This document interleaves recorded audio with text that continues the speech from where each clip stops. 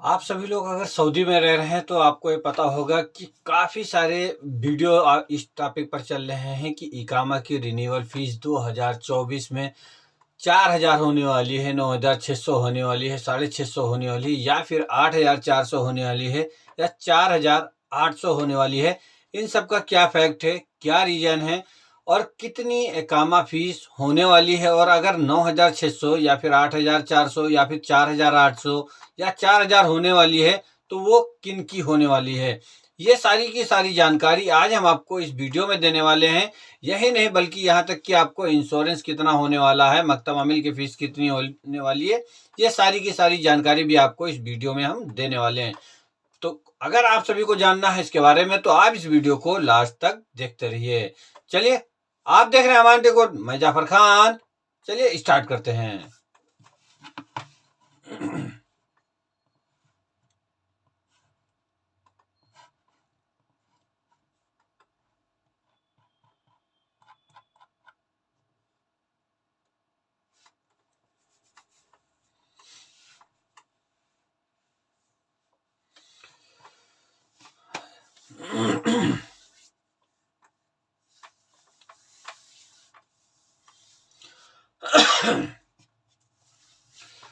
तो यहाँ पर जैसे कि मैंने भी कई सारी वीडियो ऐसी देखी जिसपे आपको बताया जा रहा है कि ये देखिए, ये न्यूज़ पे 4000 रियाल का रसूम दिया जा रहा है, रसूम अरबा अल्फ रियाल। लेकिन किस चीज़ का है वो ये नहीं बताया गया। और कई सारे चैनल हैं जहाँ पर ये सब बताया गया कि अगर आप नेशनलिटी लेना चाह रहे हैं, 7 मिलियन से ज़्यादा आपका खर्च हो चुका है, तो उस सभी चीज़ों की जानकारी आप जाके मिनिस्ट्री ऑफ लेबर या जहाँ पर भी आपको देनी है वहाँ पे दे दीजिए और आपको ग्रीन कार्ड मिल जाएगा। इसलिए आपका 4000 रियाल इकामा फीस लगने वाला है। तो यहाँ पर जो इकामा की फ़ीस है, जो इकामा की प्रोसीजर है, वो सेम पुरानी वाली ही है जो 2023 में सेट की गई थी। 2023 में अगर इकामा की फ़ीस की बात करें तो यहाँ पर जैसे कि आप अगर 12 महीने का इकामा बनाते हैं तो 650 रियाल आपकी फ़ीस लगती थी, जो कि इकामा की फ़ीस MOI यानी मिनिस्ट्री ऑफ लेबर चार्ज करते हैं, वो होती है 650 रियाल। अगर आप 9 महीने का इकामा बनाने के लिए जाते हैं तो वहाँ पर आपको 488 रियाल पे करना पड़ता है। अगर वहीं पर आप 6 मंथ का इकामा बनाते हैं तो आपको 325 रियाल पे करना पड़ता है। वहीं अगर आप 3 मंथ का इकामा बनाने के लिए जाते हैं तब आपको 163 रियाल पे करना है। ये सिर्फ और सिर्फ MOI यानी मिनिस्ट्री ऑफ लेबर की फीस होती है और किसी भी चीज़ की इसमें फीस इंक्लूड नहीं है। बाकी फीस यहाँ पर जो कि 9600 होती है या फिर 8400 होती है, वो सारी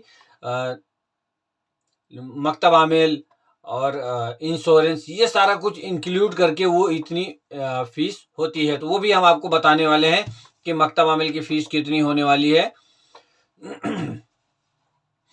तो जैसे कि यहाँ पर अगर हम बात करें तो यहाँ पर साफ साफ दिया गया है work permit fees for 2024। The work permit fee is closely link to the इकामा and it is the responsible of your employ to cover this cost. The fee varies based the percentage of Saudi citizen employed by the company.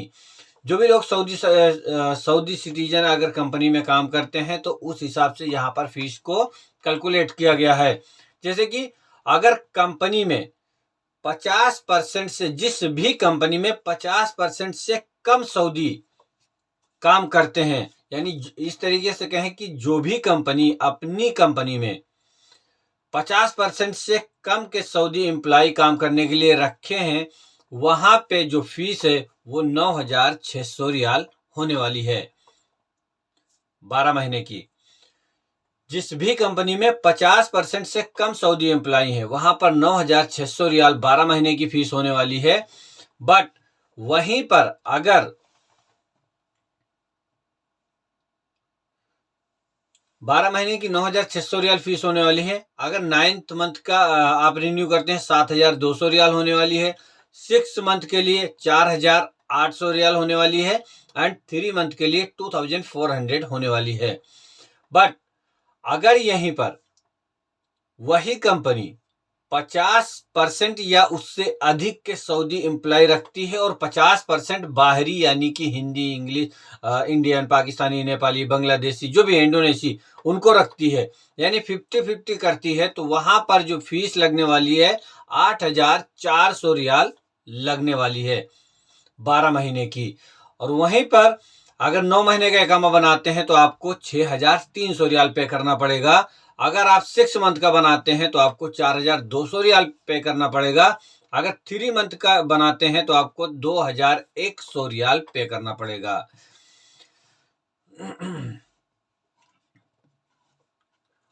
अब यहाँ पर जो बात चल रही थी कि 4,000 रियाल आपको इकामा का रसूम पे करना है या फिर 4,800 रियाल इकामा का रसूम पे करना है।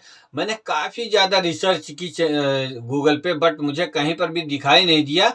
एक चीज दिखाई गई कि 4,800 रियाल आपकी फीस लगने वाली है, बट वो किस चीज की है ये किसी ने आपको नहीं बताया।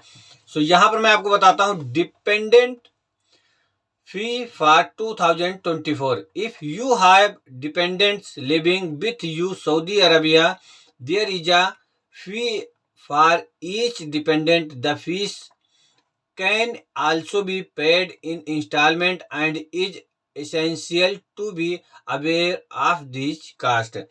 अगर आपके साथ में आपका कोई फैमिली मेंबर या फिर वाइफ कोई भी इस तरीके से रह रहे हैं वहां पर डिपेंडेंट, तब उनकी जो फीस है वो आपको 4,800 रियाल पे करनी पड़ती है। साथ ही साथ में आप इसे इंस्टॉलमेंट में कहें तो पे कर सकते हैं, यानी कि 4 अलग अलग इंस्टॉलमेंट होती हैं, उसमें आप इसे पे कर सकते हैं। जैसे कि 12 महीने की अगर आपको फीस लगती है वो 4,800 रियाल लगती है। अगर 9 महीने की है तो 3,600 रियाल है। अगर 6 महीने की है आपको 2,400 रियाल है। वहीं 3 मंथ की अगर आप पे करते हैं तो 1,200 रियाल पे करना होगा। अब अगर बात करें अगर बात करते हैं हेल्थ इंश्योरेंस फीस की, तो यहां पर साफ साफ दिया गया है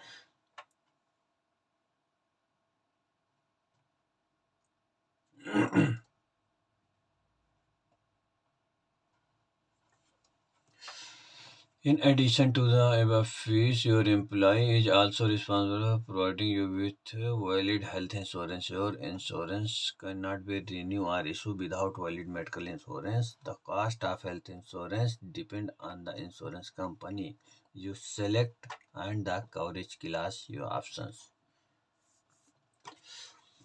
तो यहाँ पर जो हेल्थ इंश्योरेंस की फीस की बात की गई है, अलग कई सारी ऐसे वेबसाइट हैं जहाँ पर मैंने अलग अलग सर्च किया। कहीं पर भी आपको बताया जा रहा है कि मिनिमम 1,000 रियाल आपको फीस पे करना होगा हेल्थ इंश्योरेंस की। यहाँ पर दिया गया है less than 1,000 riyal, typically costing less than 1,000 riyal. But यहाँ पर जो बताया गया है कि ये आपके जो इंश्योरेंस कंपनी है वो अलग अलग कंपनी है, डिपेंड करता है कि वो कितना कास्ट करती हैं, उनकी क्या सर्विसेज है, उस हिसाब से आपका हेल्थ इंश्योरेंस वर्क करता है। और बिना वैलिड हेल्थ इंश्योरेंस के आपकी जो इकामा आईडी है वो रिन्यू नहीं होगी।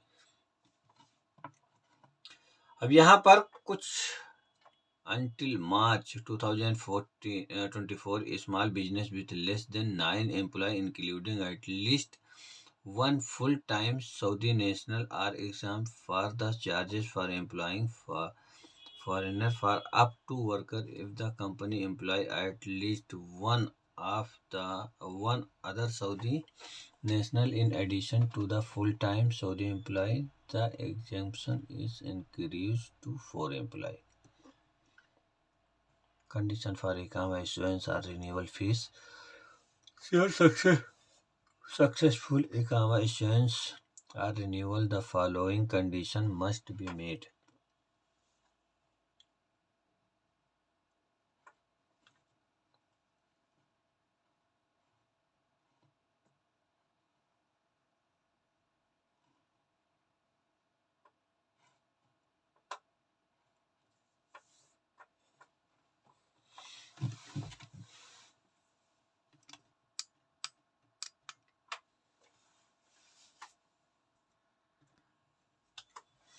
2024 में जो आपकी इकामा की फीस होने वाली है सेम एज इट जो 2023 में थी 9,600 रियाल वही होने वाली है। अगर आपकी कंपनी में Ikama fee must be paid.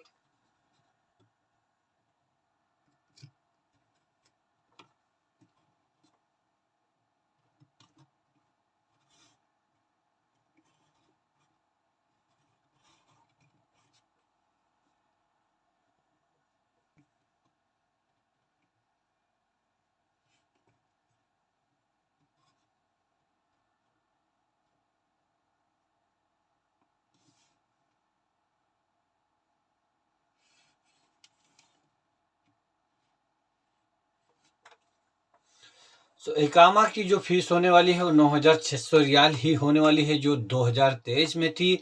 But यहाँ पर अगर आप जिस भी कंपनी में है या फिर जो आपका सऊदी है उसके साथ में है, उसके पास में 4 आदमी से कम है, तब आपकी फ़ीस यहाँ पर कम हो जाती है।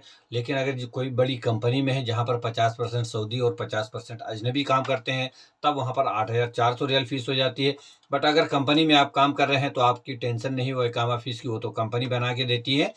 हाँ, यहाँ पर जो इकामा की टर्म एंड कंडीशन है वो आप सभी को पता ही है कि रिन्यूअल के लिए क्या क्या होना चाहिए। इकामा मस्ट बी पेड फीस, इकामा की फीस मस्ट बी पेड होनी चाहिए। Work permit fees must be paid. उसके साथ में ही जो भी आउटस्टैंडिंग फीस है, ट्रैफिक वायलेशन या फिर जो भी और अदर वायलेशंस की फीस है, वो सारी की सारी फीस पे होनी चाहिए। हेल्थ इंश्योरेंस वैलिड होना चाहिए। For those dependent the dependent fees must be paid. अगर आपके साथ में कोई फैमिली वीजा है या फिर फैमिली वाले रह रहे हैं, उसकी भी फीस पेड होनी चाहिए, तभी आपका इकामा इशू होगा। सो ये रही कुछ लेटेस्ट अपडेट 2024 से इकामा फीस से रिलेटेड। उम्मीद करते हैं आप सभी के मन में जो भी सवाल थे, जो भी डाउट थे, वो सारे के सारे इस वीडियो को देखने के बाद में क्लियर हो जाएंगे और आपको कंफर्म हो जाएगा कि आपके इकामा की फीस क्या लगने वाली है। सो फ्रेंड, अगर आप सभी को वीडियो पसंद आती है या फिर आप सभी को वीडियो कैसी लगी कमेंट बॉक्स में जरूर बताइएगा और वीडियो को लाइक करके शेयर जरूर कर दीजिए। सो फ्रेंड, मिलते हैं नेक्स्ट वीडियो में किसी नए अपडेट के साथ में। Thanks for watching this video. Stay tuned with Aman take.